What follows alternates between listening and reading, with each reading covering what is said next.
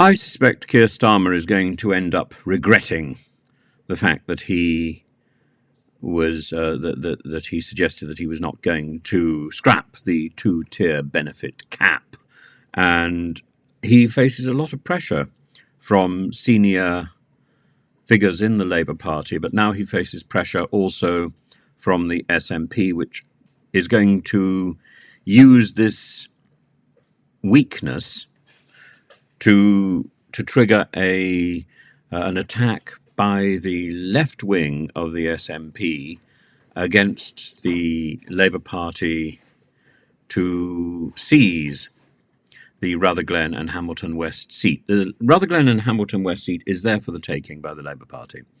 It was won by the MP Margaret Ferrier with 5,000 seats. That's it. 5,000 votes. That's it. And she was caught in a mess, having taken a COVID test and then a train trip, knowing that she was infectious. So it's like Old Yeller being released onto the world, rabid and snarling and ready to savage anyone who gets in his way. Like some sort of zombie apocalypse dawn, there she was, Margaret Ferrier, frothing at the mouth and seething venom, getting onto a train to Glasgow. I don't suppose she actually did infect anybody. I think that sort of scaremongering was overdone during COVID. And so many people genuinely did die and genuinely experienced extreme hardship because of the COVID scare and because of the extraordinary measures put in place by our government in Westminster and by the Holyrood government in Scotland.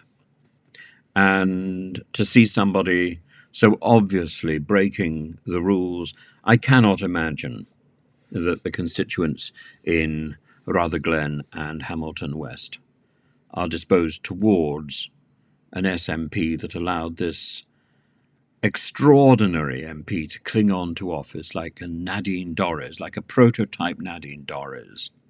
Why would any constituent want to vote for the SNP now? But at the same time, I think it's perfectly reasonable for the SNP to target things like Keir Starmer's reluctance to commit to scrapping the two-child benefit cap. In conversation with Tony Blair only a week or two ago, his remarks were very much directed at his own MPs, and the next stage is where we've got to be even tougher, even more focused, even more disciplined. Even more evasive, he might have added. And that's the problem. Tough choices is not a soundbite. We're going to have to take them. Without them, we don't get to the next stage. But what are the tough choices? And what is he actually advancing? His tough choice seems to be to do nothing and to play around with promises. In other words, he's in the same mould as the current Conservative Party, as indeed people across the House of Commons.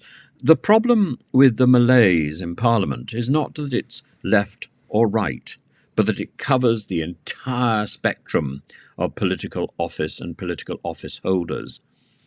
MPs in the House of Commons are in some sort of rank playground, and they have been infected with some disease of laziness, of inaction, of promises without actually delivering. Now, I must say some of the promises which are being made are not promises I would like to hear. But even when these promises are rolled out as laws, nobody has done the heavy lifting and worked out how they can be enacted. This is particularly true when it comes to the Home Office. I think the problem with the House of Commons at the moment is not corruption, but laziness. And I don't see Keir Starmer as getting away with that. And in contrast, I think Humza Yousaf is anything but lazy.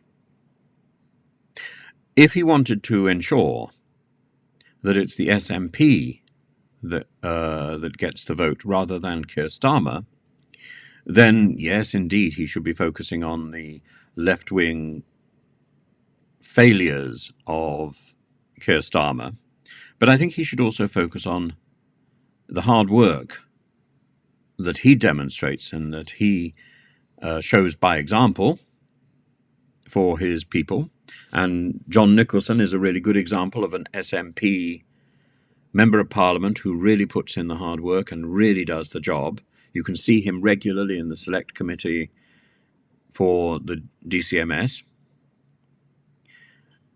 And I think that contrast between hard work and laziness, hard work in Scotland, laziness in Westminster, I think that's more likely to get the SNP vote out than a direct attack on the Labour credentials of Keir Starmer, though I think that will help. I think Keir Starmer himself is the problem with the Labour Party.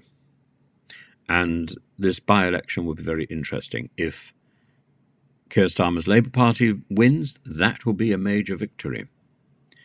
And a blooded SNP, a blooded Humza Yousaf, will go back with his tail between his legs, and Humza Yousaf may not belong in the leadership. And indeed, the SNP may find its position in Scottish politics is shaken. But if the SNP, in contrast, were to win, it would be a significant blow to Keir Starmer. I sit from the side and I think, ooh, very interesting. And by the way, I like Humza Yousaf and I like Keir Starmer. Just so that you're fully aware of where I am and putting my cards firmly on the table. I don't particularly like either of their policies, but I do like them as individuals.